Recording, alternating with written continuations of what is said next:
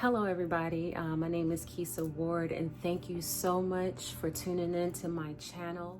Today, we're going to talk about my ayahuasca experience and how amazing and life-changing that it was. I went on an ayahuasca retreat, and I'll get into that story. So let me first explain what ayahuasca is. So ayahuasca is a plant medicine from the Amazon. It's typically taken by indigenous tribes from Colombia and from Peru. And it's a medicine that, they call the vine, the purge. And what it does is allows you to go into yourself and really access those traumatic experiences within your life to bring up for review, so that you can get past them and heal yourself. Now, one of the main ingredients in ayahuasca is DMT, and DMT is released in the brain when you're born, and it's released in the brain when you die. So a lot of people who have near-death experiences, they talk about how they see, the white tunnel, or some may see Jesus, or, or beautiful pastures, or what have you. Well, that's the DMT that is released in the brain once the person crosses over or has that crossover experience. So if anybody wants any more details on what ayahuasca is, feel free to go on YouTube, Google it. There's tons of information out there. And I just really wanted to share this experience because it was so profound and it was so amazing. And I feel like everyone who's gone through any traumatic experiences in their life should absolutely give ayahuasca a try. Okay, so I heard about ayahuasca through a friend. I've always known about DMT and I've always wanted to experience it, but I had never heard of ayahuasca until my friend told me about it and asked if I would like to go on an ayahuasca retreat. And we're going to be doing a video later together to talk about our experience there as well. But I didn't know anything about ayahuasca. I didn't have a clue about the plant medicine, what it did, what the purpose was, or anything like that. And it all happened so quickly. The opportunity to go, the opportunity to experience it. And typically when people talk about ayahuasca, they will say that the plant medicine calls you when you're in a certain stage in your life of healing. And that's how I really feel. I feel like the medicine called me.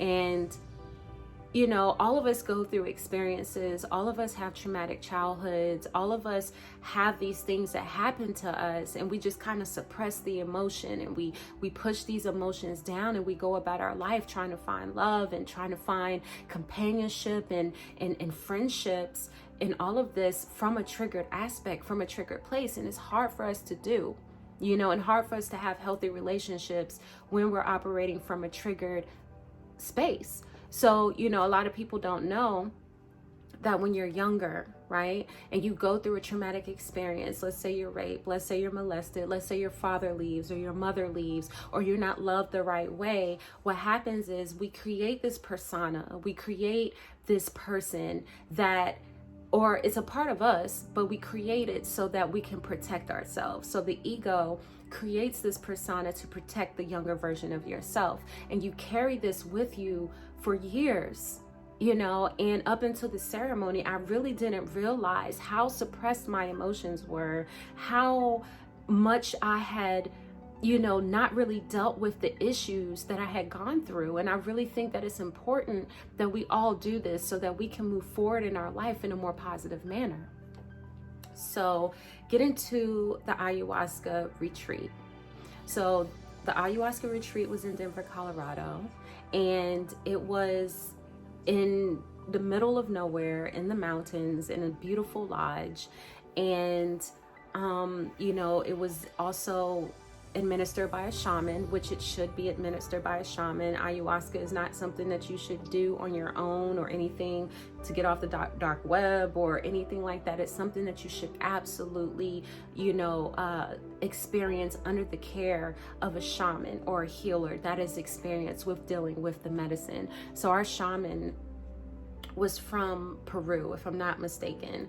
And it was just the most wonderful experience. So we get to the lodge, it's beautiful.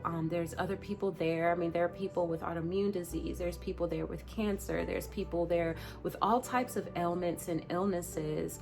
And ayahuasca is a healing medicine. That's primarily what it does. It not only heals your mind, but it heals your soul, it heals your body, because a lot of the ailments and illnesses that we do have come from, you know, the spiritual level and the soul level, right? And if they go unnourished, or we don't bring them up for review and heal from them, then they manifest physically in the body as an illness. So what ayahuasca does, and people call her Mother Ayahuasca because the energy is a divine feminine energy, and it holds both male and female aspects. So the divine masculine and the divine feminine, but a lot of people connect with her and feel like it's more of a feminine energy. So you know, she calls us to heal ourselves, and she calls us to go back to those traumatic experiences and deal with those issues that we have. Okay, so getting into my experience, we get to the lodge, you know, everybody unpacks, you can feel the energy, everyone's a little uncertain about the things that may happen or the things that they may see, but at the end of the day, you know, everyone's here at this place all to be healed. Everyone's there to be healed. Everyone's there to be, you know, to fix those broken fragments and those broken pieces of themselves so that they can be made whole again. So I'm gonna fast forward to my first night. And so basically I didn't get to tell you about that, but the ayahuasca comes in a cup, and it's, you know, the drink is very nasty. It doesn't taste good. It's not as bad as I thought that it would be, but it wasn't good. You know, kind of tastes like burnt ashes and tree bark and like black licorice, coffee beans. I don't know like how to really explain the way that it tastes, but it's really not a great taste. But you get probably like a little bit like that. And they administer 2 cups, and if you feel like you need more, they'll give you 3 cups throughout the night. So I took my first cup, and I didn't really feel anything. I went back, I laid on my bed, and I kind of was just allowing the medicine to do what it does, and it didn't do anything. So I thought that, I was like, well, hey, I was like, is my tolerance too high, or, you know, is this a scam? Like, this isn't really working. So I'm just laying back and I'm just relaxing, and I see my friend to my right, and she's like having this experience, and I'm just like, dang, like, what's wrong with me? Well, I'm not having the experience, but the medicine works in different ways for everyone. So just because you're not having a full out visual experience, or you're not having, you know, whatever you expected to have, does not mean that the medicine isn't working for you, which I would later find out with my second cup. So we're laying there, and probably about an hour or so goes by, and they come back in, I get my second cup, and come lay back down. So I'm laying down, and you know, nothing is really happening at that point. And the helper calls about 10 of us out to sit in the main area for a healing ceremony. So we're sitting there, they tell us to have a seat, we're sitting there, and they tell us to put our palms face up so that we can feel the energies and so that we can ground ourselves. So I'm sitting there, and I have my eyes closed, and all of a sudden the shaman comes out, and they have this basically they have the drums, and they're beating like boom, boom, boom, boom, boom, boom. And I feel like the beating of the drum is what really evoked all of the emotion out of me. Like, I felt it welling up. I felt everything that I had gone through, all of this pain, all of these things started to well up in my stomach, and it came through my chest, and I just started to bawl. I started to cry. I started to cry so hard because everything that I had gone through was coming up. Everything that I suppressed was coming up, and it was nothing that I could do about it. And then in that very moment, I really realized how many years that I had suppressed all of these traumas and all of this pain and just brushed it off like it didn't matter. But the thing is that it goes somewhere. and it goes deep down inside of your body and it causes problems, you know. And I didn't realize this. So I'm crying and they're beating the drums, and like all of this emotion is overflowing and pouring out of my body. And I get up, gather myself the best way that I could, and I end up going back into my room to lay down. Now at this moment, I'm laying down in the bed.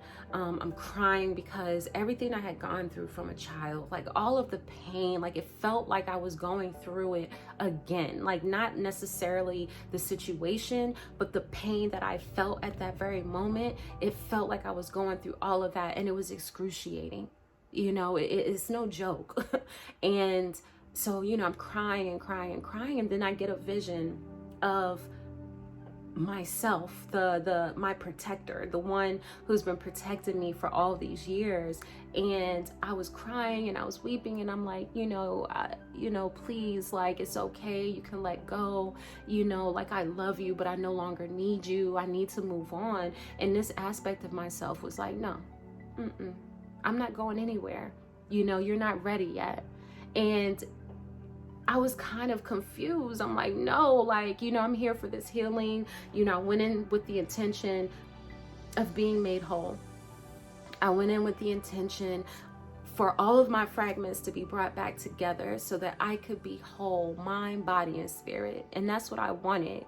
And it just seemed like this aspect of myself who had been attached to me, and been my protector and allowed me to get through these traumatic experiences, just was not ready to leave and not ready to separate from me.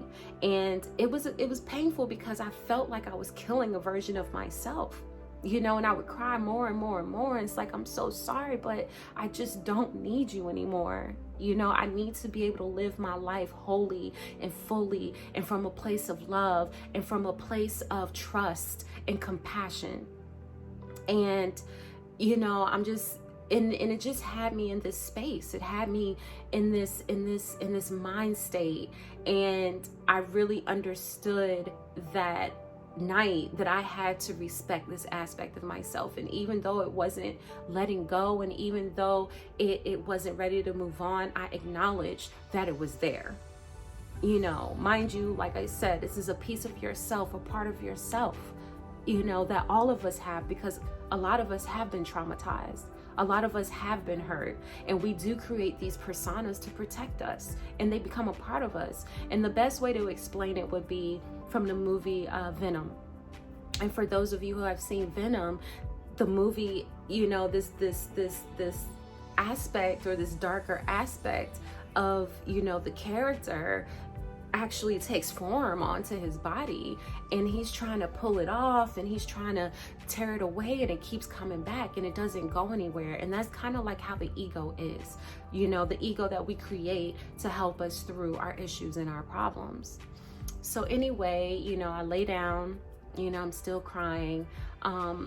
I feel like I've released years of suppressed trauma, because I'm the suppressed queen. I can suppress anything. Like, I didn't really realize that's what it was. I was like, oh, I'll just easily get over things. Like, no, I just suppressed it, and I put it down, and I pushed it down, and I pushed it down.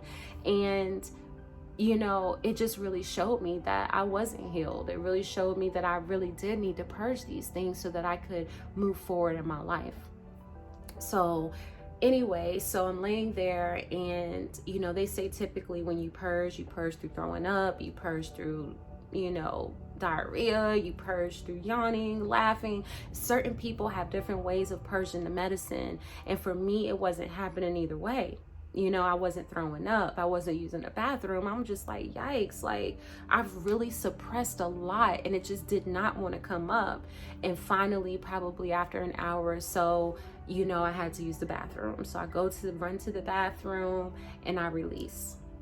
And after I released is when I felt like the medicine was like, okay, you're ready now.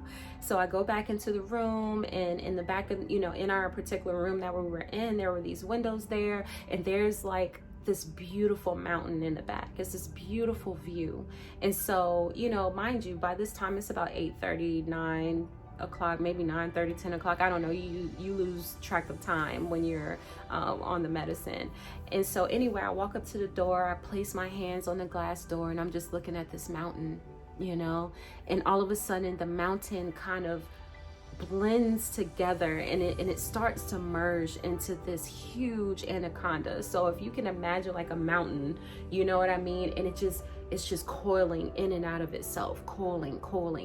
And I'm like looking like, oh my gosh, because you're vigilant, you're awake, you're not asleep, you know. So it's just like you're having this vision, and you're like, whoa, like this is crazy. So it's coiling, and then at the end it goes up and you know, creates these two heads. And I'm just like, oh, like I'm like, felt like I was nauseous. So I just went, laid back down on my bed, and like took everything in.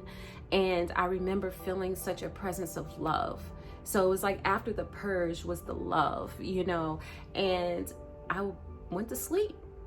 And so, you know, go to sleep, have a very, very restful sleep. And we get up the next morning and we all discuss our experience. And, you know, that was just pretty much about it. We got up, ate breakfast, you know, we you know, had conversations amongst ourselves, and we all were just kind of like ready for the second night, right? Which was on Halloween. It was like the rare blue moon. So it's just a very, very powerful night. And we all knew that it was about to go down, you know. So fast forward to the second night, right? So second night, I take a cup, you know, and nothing happens again. And I'm like, wow, okay, you know, take the second cup. And this is when I feel like all hell broke loose, but in a good way. It wasn't a bad way. And I take the second cup, I go back and I lay down in my bed, and I feel that welling up again, the welling up of emotion from everything I had gone through. And so, you know, I'm laying there and I get this message that, you know, for you to heal yourself, you have to heal your father. You have to heal your family. And I'm like, I was very confused because I knew this was a healing for myself, but I really didn't understand it, but I would understand it later on. So basically throughout this process, I'm laying there and I get a vision of my dad when he was young. And, you know, he was really young. I would say in my mind, you know, from the vision that I saw, he may have been around 6 or 7 years old. I can't really, you know, put together the age, but I remember when my grandmother told him that he was adopted. And it was something that I felt broke him. I felt like that was the moment where he became fragmented. That was the moment where, you know, he created this persona to protect himself because he didn't understand why he would be given away. You know, so this was the very first moments of his abandonment issues that would affect him for the rest of his life, you know. But the way that I felt it, I felt like I was him. I felt like I was hearing this. I felt like my heart was being broken, right? So, you know, I'm crying and I'm purging and I'm crying and I'm crying, and it's so excruciating. It's so painful because it was like I got a front row seat to what he felt.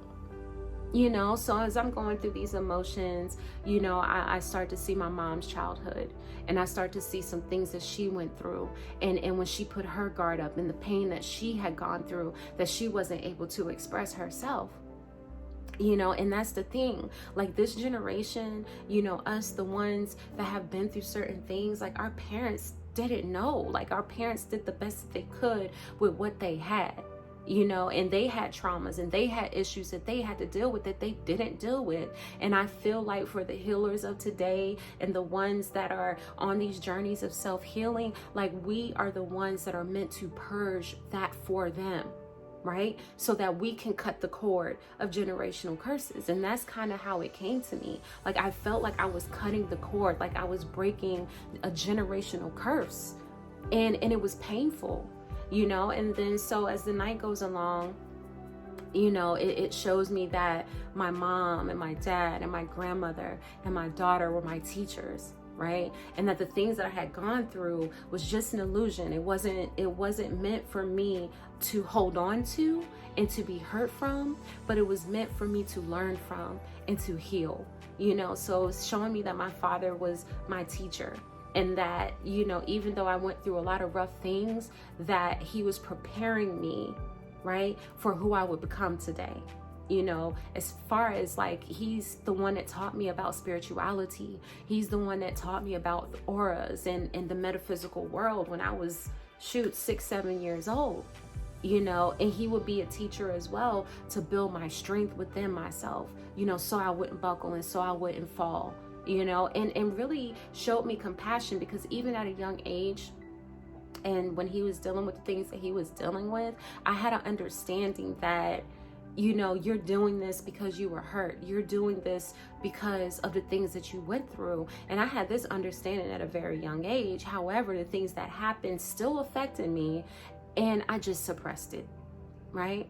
So then it showed me that my mother was my teacher, because my mom wasn't super affectionate, you know what I mean? She was super strong. I never really seen her cry. She just, no matter what happened in our lives, she always held it down strong, like, and she taught me not to break, not to falter under any circumstance, to always remain centered and always have your grounding and your footing. And I think that's where a lot of my strength came from, was from her, because I've been through a lot of things in my life, and I've been able to brush them off and just kind of push it down and not have to really worry about it, you know. And that's kind of how I got through a lot of things in my life. And my grandmother taught me unconditional love, because no matter what happened, no matter what my dad did, no matter what circumstance he may have been in, my grandmother loved him unconditionally. You know, and especially, I mean, it's so beautiful now, because I really didn't understand. I'm like, Grandma, why didn't you do anything? Grandma, why didn't you know? And the medicine allowed me to see that she was just a full representation of love. And that's what she came to do. You know, she came to love him. She came to love me, not to judge, you know, not to persecute, but to love. And it just gave me this overwhelming feeling of understanding and compassion, right? And so to bring it all full circle, you know, when I had my daughter, she's here to show me, or was here to, well, she's here, but she's here to show me that I wasn't over my traumas, that I wasn't over my past, that I was triggered, and that I needed to heal, you know. So she is really a huge teacher in my life as well, because of her and me not wanting to repeat generational curses. I knew I had to heal. I knew I had to heal. I knew that I couldn't continue, you know, the way that things were going, because sometimes when we're raised, we raise our children the way we were raised. You know what I mean? We do, if we weren't really loved or, you know, or shown affection, we might not, you know, show as much affection to our children. You know, and for some people, they may show more affection to their children. You know, I don't know, but I know that it really taught me a great deal, and it forced me to go within. You know, having her made me focus on going within to heal myself. So anyway, after going through all of this, you know, I'm just laying there, I'm crying. I have this understanding now. I'm no longer upset. I'm no longer angry.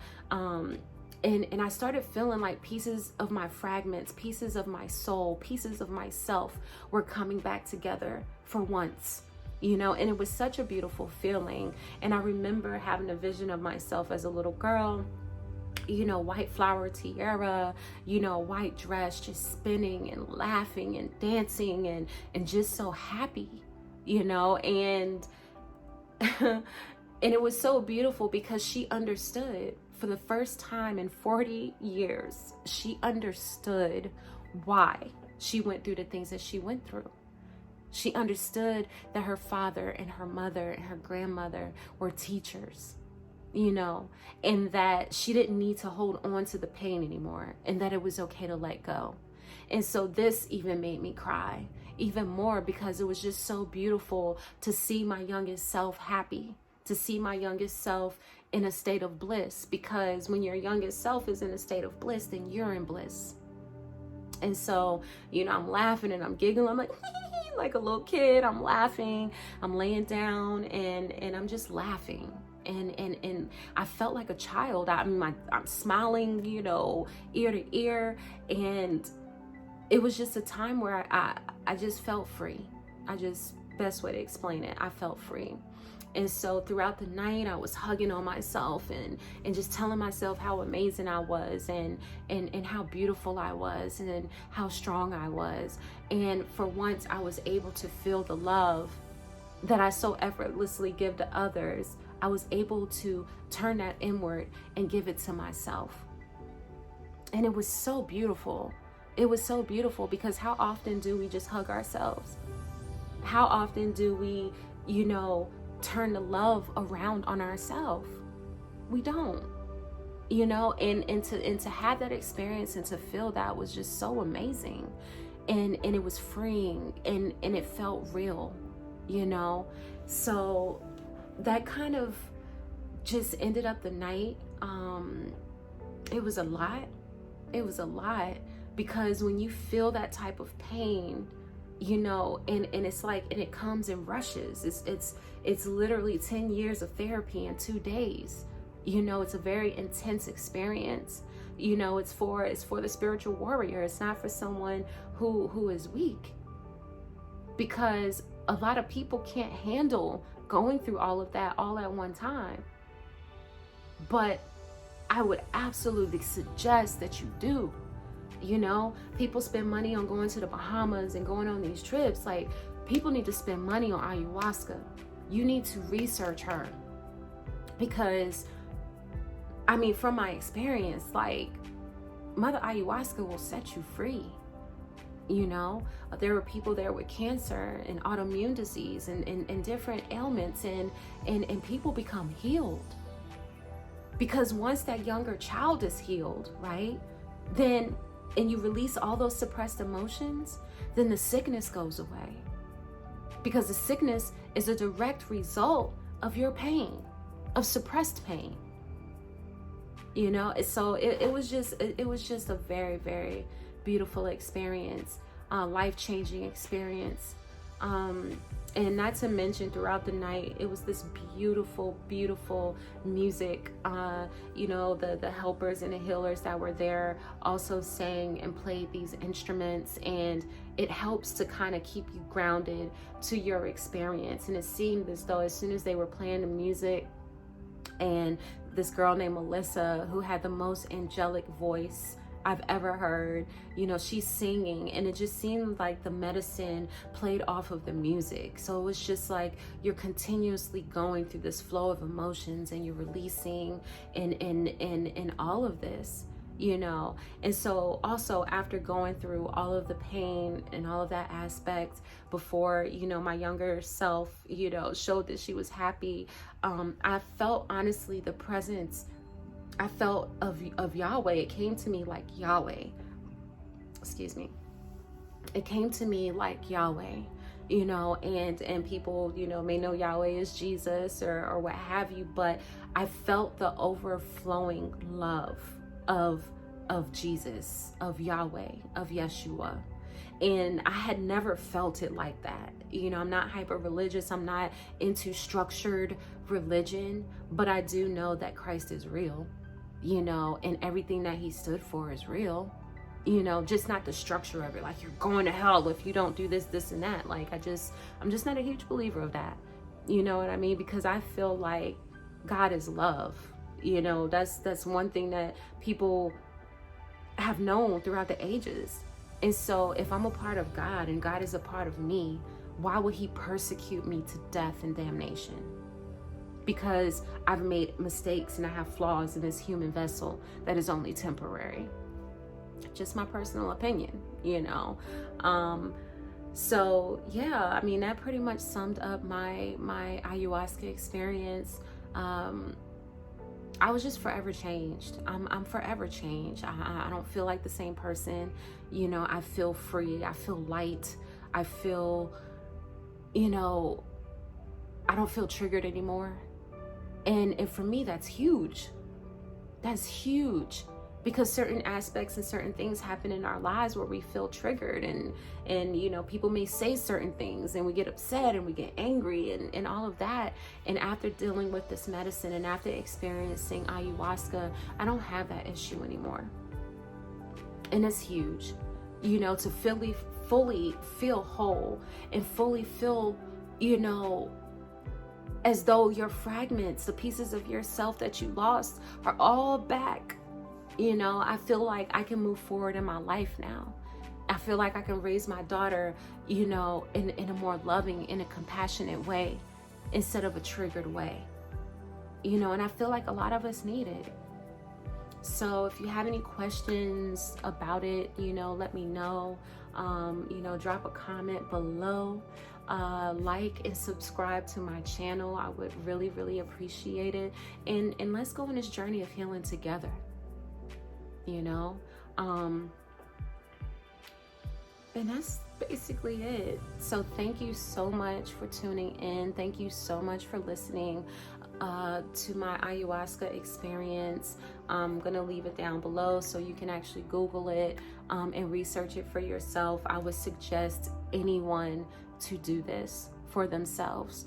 If you've been hurt, if you've ever dealt with any pain, you know, continuous pain throughout your life, then this may be your ticket to freedom.